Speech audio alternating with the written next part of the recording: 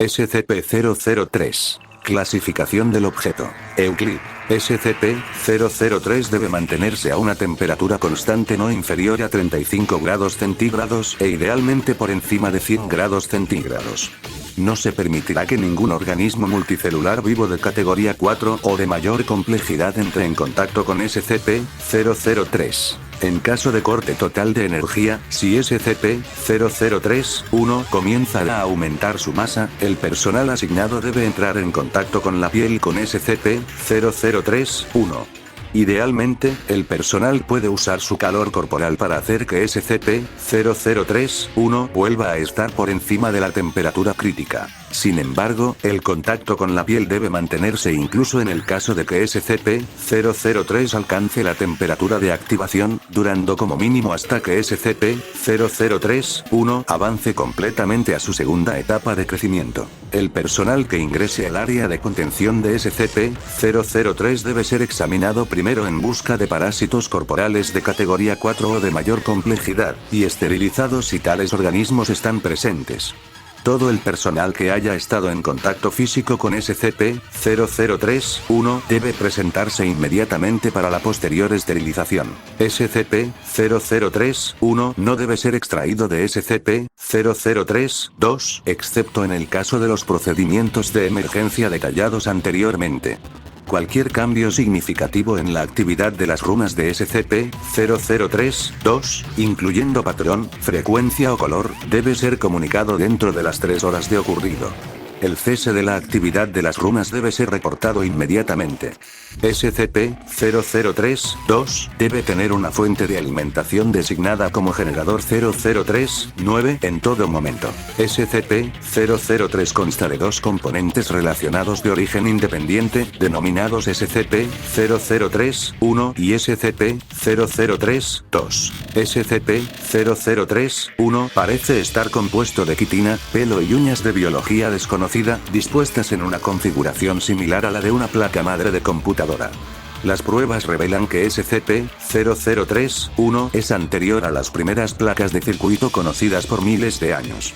SCP-003-1 se considera consciente pero no activamente peligroso excepto si se cumple determinadas condiciones. SCP-003-1 fue encontrado en una tabla de piedra SCP-003-2, en la cual reside actualmente.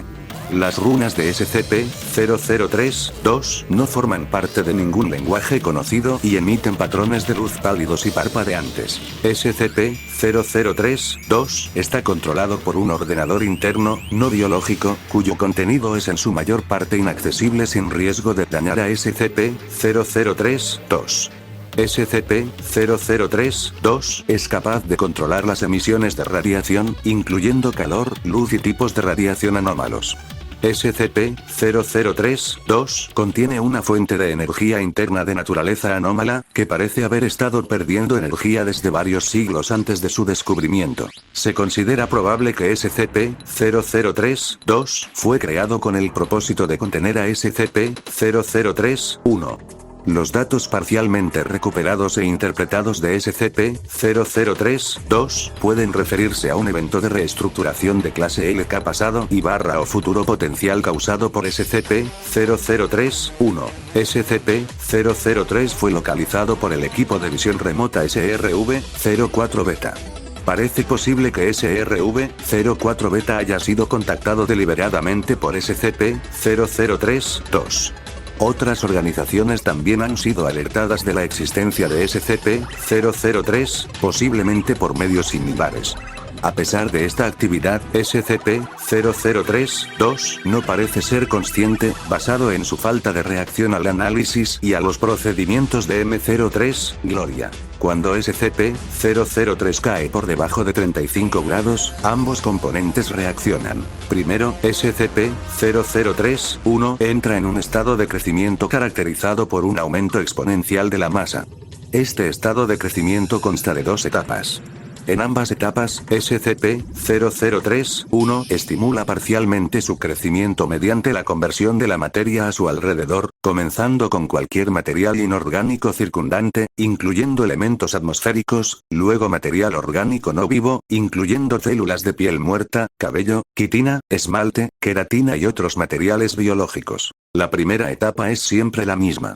SCP-003-1 primero aumentará su masa, luego tomará una forma similar a la de un ofiuroideo, o fiuras, de 15 metros de diámetro, incluyendo lo que parece ser un procesador central de 3 metros de diámetro.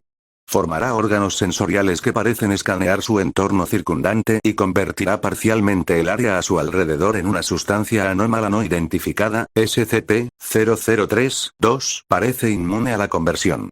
La segunda etapa describe una alteración del crecimiento que ocurre cuando SCP-003 entra en contacto con material orgánico vivo. SCP-003 parece modelarse a sí mismo a partir del material orgánico, e intentará comunicarse con organismos que coincidan con su plantilla o plantillas iniciales. En su segunda etapa, SCP-003-1 puede pausar, ralentizar o cambiar su crecimiento, y también convertir elementos inorgánicos y orgánicos no vivos en estructuras funcionalmente similares, mientras que altera anormalmente su composición física. Mientras que el crecimiento en la primera etapa es constante, en la segunda etapa la tasa de crecimiento de SCP-003-1 disminuye en un 20.190% mientras SCP-003-1 permanezca en contacto con materia orgánica viva.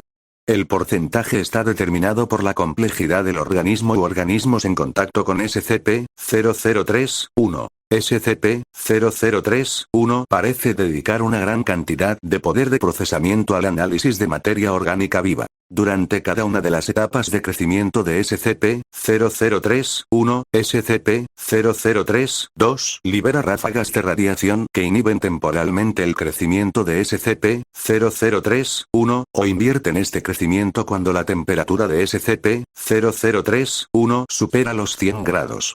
Se han reproducido o registrado emisiones de radiación similares por otros medios anómalos. La biología de SCP-003-1 ha sido objeto de extensos estudios. Se han identificado elementos significativos similares a SCP-1512 y SCP-2756, los dos últimos de los cuales no tienen ninguna conexión confirmada con SCP-003-1 y ninguna conexión conocida entre sí, y ninguno de los cuales se entiende plenamente, técnicamente, incluso menos que SCP-003, gracias a la extensa investigación interdisciplinaria sobre los objetos de SCP-003. Hasta la fecha, no se ha presentado ningún análisis convincente que explique satisfactoriamente la conexión de SCP-003-1 con estos objetos SCP u otros, ni su conexión con la tecnología moderna más allá de la apariencia y la posible mimetización a través de un mecanismo desconocido.